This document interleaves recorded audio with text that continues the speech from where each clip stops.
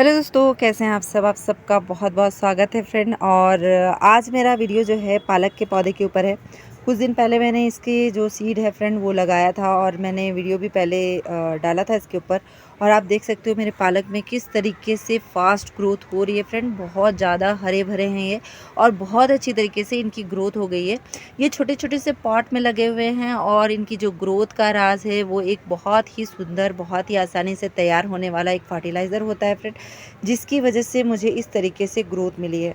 तो आपको भी अगर इस तरीके से पालक के पौधे में ग्रोथ चाहिए तो आप भी इस फर्टिलाइज़र का ज़रूर यूज़ करें। इस फर्टिलाइज़र का ही यूज़ करने में मुझे इस तरीके से ग्रोथ मिली है।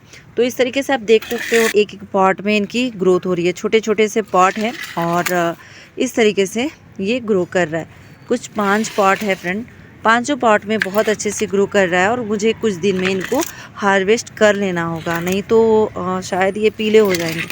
तो इस तरीके से आप देख सकते हो फ्रेंड, बहुत ही अच्छी इनकी ग्रोथ हो रही है। तो ये जो ग्रोथ का राज है ये फर्टिलाइज़र है। आप भी इन फर्टिलाइज़र को यूज़ करें। आपका भी पालक का पौधा जो है बहुत ही फास्ट ग्रोथ में जाएगा, बहुत हेल्दी तरीके से ग्रो करेगा, बहुत ज़्यादा हरा भरा दिखेगा। और कहीं भी ऐसा नहीं लग रहा ना जैसे लग रहा है पालक नहीं है, जैसे लग रहा है कोई प्लांट मैंने लगाया है और बहुत ही ज़्यादा सुंदर लग रहा है। जैसे इंडोर प्लांट वगैरह होते हैं ना पत्तों वाला, वैसा लग रहा है। ये पालक जैसा लग ही नहीं रहा है कि ये इस तरीके से पॉट में लगे हुए ना, इसलिए। तो ये जो फर्टिलाइज़र है बहुत ही शक्तिशाली है, बहुत आसानी से तैयार होता है और अपने घर पे आप इसको आसानी से तैयार कर सकते हो। इसको आप बिना पानी के साथ डाइल्यूट किए हुए भी, यानी कि पानी को मिलाते नहीं है तो भी चलेगा, मैं ऐसे ही दे देती हूँ फ्रेंड। कई जगह मैं देखती हूँ कि वो पानी के साथ मिला के देते हैं, लेकिन मैं इस तरीके से ऐसे ही दे देती हूँ। तो सुबह के टाइम पे या शाम के टाइम पे कोई भी फर्टिलाइज़र का यूज़ करें आप अपने पौधे में। और ये जो होता है पालक का पौधा, हम इनको खाते हैं फ्रेंड, तो इसमें तो एकदम से ऑर्गेनिक चीज़ें ही लगेंगी। यानी कि मैं कोई भी अपने प्लांट में केमिकल तो यूज़ ही नहीं करती हूँ। और वेजिटेबल्स के प्लांट होते हैं उनमें तो बिल्कुल करना भी नहीं चाहिए। हम फूल वाले पौधे में ही नहीं करते हैं तो फिर हम इस पे कैसे कर सकते हैं। इसीलिए जितना हो सके आप केमिकल से बचो और ऑर्गेनिक चीज़ों का यूज़ करें।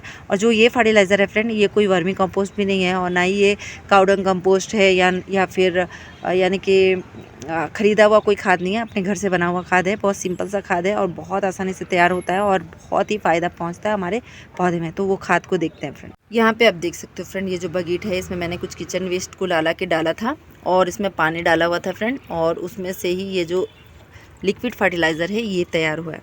ये बहुत ही पावरफुल फर्टिलाइज़र है। Vermi compost, cow dung compost, ऐसी खाद को टक्कर देने वाला फर्टिलाइज़र है जिसका असर आपने देख ही लिया है मेरे पालक के पौधों में, ठीक है। तो इसका ज़रूर यूज़ करें। आपको भी इस तरीके से अपने पालक के पौधे में ग्रोथ मिलेगा और बहुत ही ज़्यादा सुंदर भी लग रहा है फ्रेंड देखने में, और बहुत ही यानी टेस्टी भी होगा। अभी तक तो खाया नहीं है मैंने। तो पालक बहुत आसानी से ग्रो हो जाता है सीड के द्वारा, और मैंने कुछ सीड भी इनके लगाए हैं तो मैं वो भी आपको दिखाऊंगी। तो कुछ ऐसा दिख रहा है फ्रेंड, आप देख सकते हो। तो यहाँ पे कुछ सीड है, फिलहाल सीड अभी लगा हुआ है तो अभी उसको तो फर्टिलाइज़ करना नहीं है, वो जब तक बहुत अच्छी ग्रोथ में जाता नहीं है। जैसे वो बहुत अच्छे से ग्रोथ में आ जाएंगे तो उसके बाद इसको हम फर्टिलाइज़ करेंगे। जैसे कि यहाँ पे आप देख सकते हो ये सारे पालक ही हैं।